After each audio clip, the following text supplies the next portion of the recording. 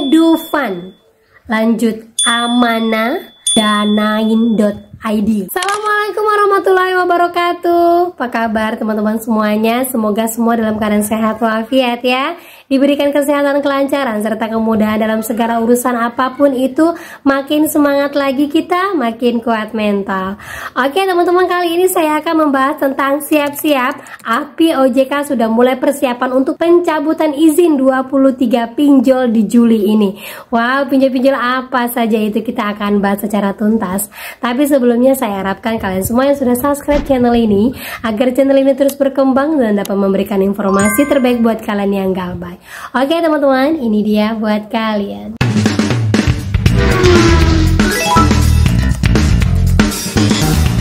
Oke teman-teman semuanya, sebelumnya saya mau menginformasikan ya buat teman-teman semuanya yang sudah pengajuan pinjol ditolak terus berpikir bagaimana nih data saya kira-kira dihapus, bagaimana caranya, dan apakah nanti data saya ini bisa disalahgunakan Mbak, bagaimana cara penghapusannya. Nah banyak sekali yang seperti itu kan ya, bahkan ada beberapa orang yang sudah melaporkan kelakuan DC ke pinjol, tiba-tiba dapat balasan nih dari DC yang mengatakan bahwa mohon maaf atas perlakuan debt collector kami terhadap Bapak, kira-kira kalau seandainya ada pengajuan limit baru Bapak mau ngambil nggak, atau Bapak mau pengajuan untuk penghapusan data.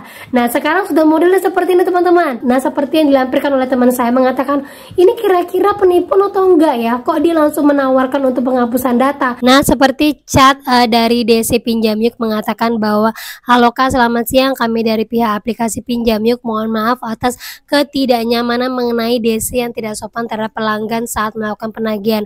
Apakah di sini Anda ingin melakukan pengajuan kembali atau malah sebaliknya ingin melakukan penghapusan data? Nah berarti kan sudah ada nasabah sebelumnya yang melapor ke Pinjam Yuk yang langsung atas perlakuan datanya. Karena tidak direspon, dia langsung coba lagi tanya, Kak, mohon maaf untuk responnya agar tidak terjadi kesalahan untuk data Anda ke depannya nanti. Terus dijawab, hapus data saja Kak, kata teman saya ini. Nah langsung diarahkan untuk klik link seperti ini ya, hapus data pinjaman.id. Silakan Kak lakukan di sini, ada dua opsi, yang mana ada pembatalan pinjaman dan penghapusan data Kakak. Nah kalau model seperti ini, minta klik atas link yang dikirimkan oleh DC, saya jamin ini model peretasan dan penipuan. Karena kalau penghapusan data seperti yang dilakukan di Kredivo, kita hanya diminta untuk verifikasi data aja seperti melampirkan KTP dan juga data pendukung lainnya, setelah itu langsung dihapus datanya.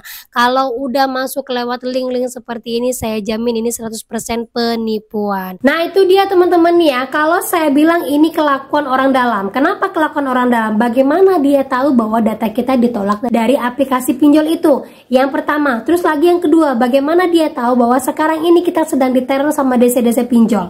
Berarti ini adalah kelakuan orang dalam yang memang sedang memanfaatkan kita.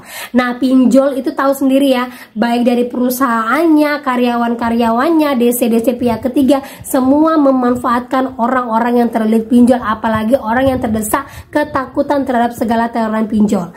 Jadi perlu diperhatikan, untuk penghapusan data seperti ini tidak ada teman-teman ya, tidak ada. Untuk penghapusan data itu membutuhkan waktu. Nah kalau memang data kalian sudah terlanjur masuk, perlu diperhatikan saja. Kalau kalian tidak pernah merasa pinjam, jangan pernah klik link apapun, jangan pernah bagikan kode OTP apapun, dan jangan pernah verifikasi apapun.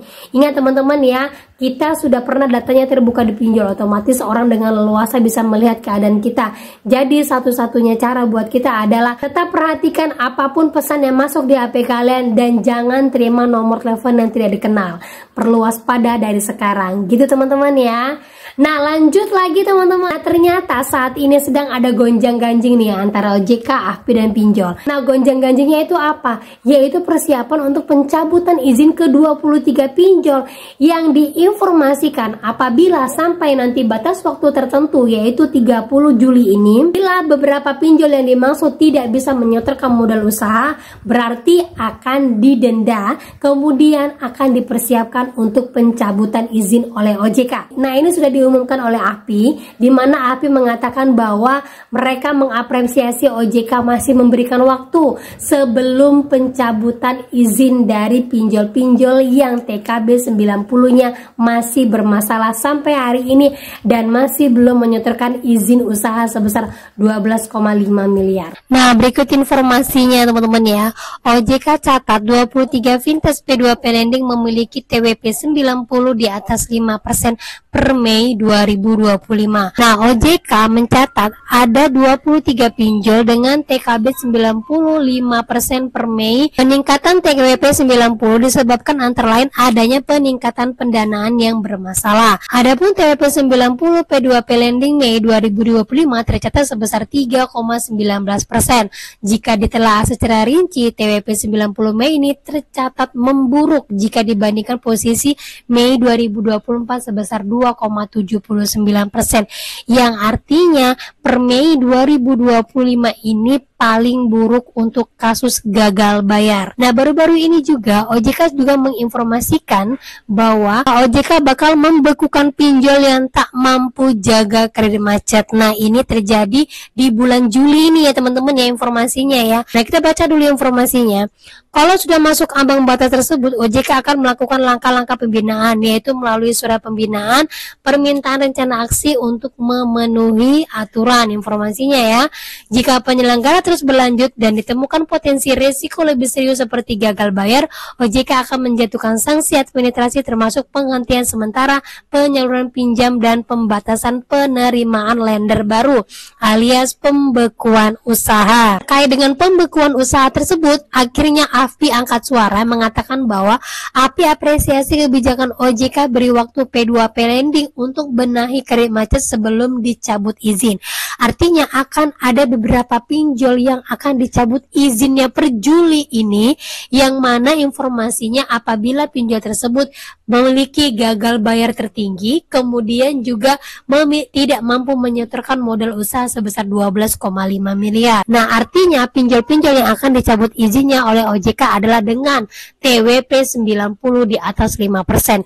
Yang kita jelaskan tadi ada sekitar 23 pinjol. Nah, itu dia teman-teman ya. Jadi di sini saya coba carikan lagi buat kalian untuk pinjol-pinjol dengan TKB 90 terendah 23 pinjol. Saya ambil ini dari data-data websitenya mereka dan mudah-mudahan ini yang terupdate karena informasinya OJK meminta update setiap bulan sekali di website resminya pinjol.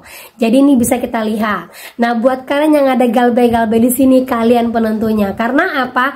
Penentu untuk dicabutnya izin dari pinjol-pinjol ini adalah dengan TKB 90 hari galbay itu tertinggi. Yang pertama itu adalah Klik A2C.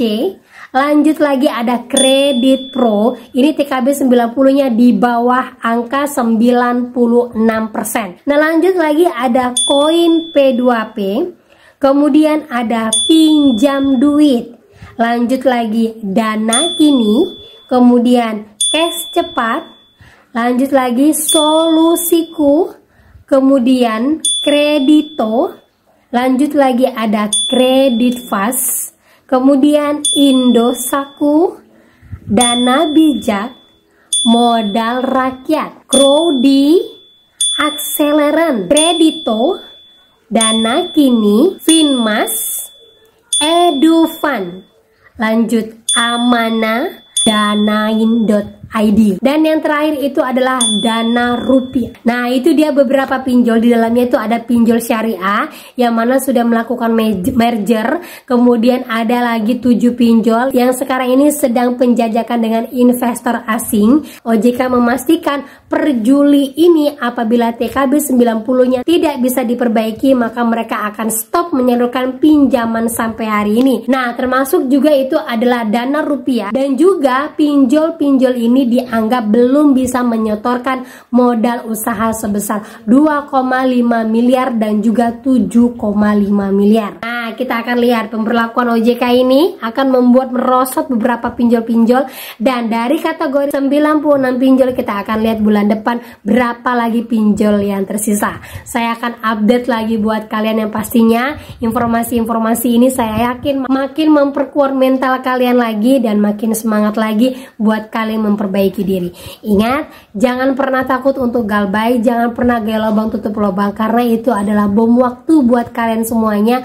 Dan ingat, gaya lubang tutup lubang bukanlah solusi terbaik, karena solusi terbaik yang bisa kalian lakukan untuk bisa lepas dari jeratan pinjol itu adalah galbay.